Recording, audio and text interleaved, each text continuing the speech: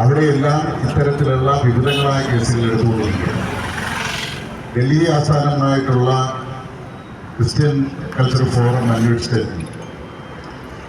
ഇപ്പോൾ ഈ വർഷം 2025 തുടങ്ങി ഈ ജൂലൈ 30 വരെയുള്ള ദിവസങ്ങളിൽ 250 ആക്രമണങ്ങളാണ് ക്രൈസ്തവ മേഖലകളിൽ, ക്രൈസ്തവരുടെ ആരാധനാലയങ്ങൾ, സന്യസ്തർക്ക് നേരെയുള്ള ആക്രമണങ്ങൾ, പദപുരോഹിതർക്ക് നേരെയുള്ള ആക്രമണങ്ങൾ, പള്ളികൾ പൊളിക്കുന്നത് എല്ലാം കൂടി ഈ വർഷം ജൂലൈ എത്തിയപ്പോൾ തന്നെ 280 ആക്രമണങ്ങൾ.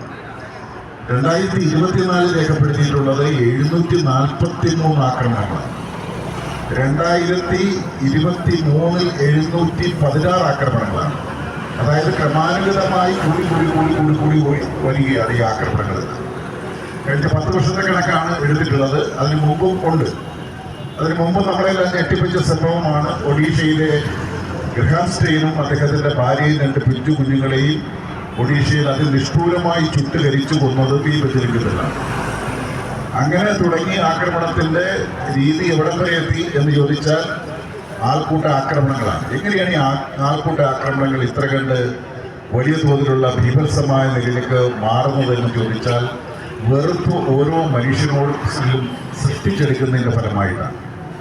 ഇതര മതസ്ഥരോടും അതുപോലെ ഇതര വിശ്വാസങ്ങളെയും ബഹുമാനിക്കാനും ആദരിക്കാനും പഠിപ്പിക്കുന്ന ഭാരതത്തിന്റെ സംസ്കാരം, ഇന്ത്യയുടെ സംസ്കാരത്തെ മാറ്റി ഇതര മതസ്ഥരോട് വെറുപ്പും വിദ്വേഷവും ഉൽപ്പാദിപ്പിക്കുക.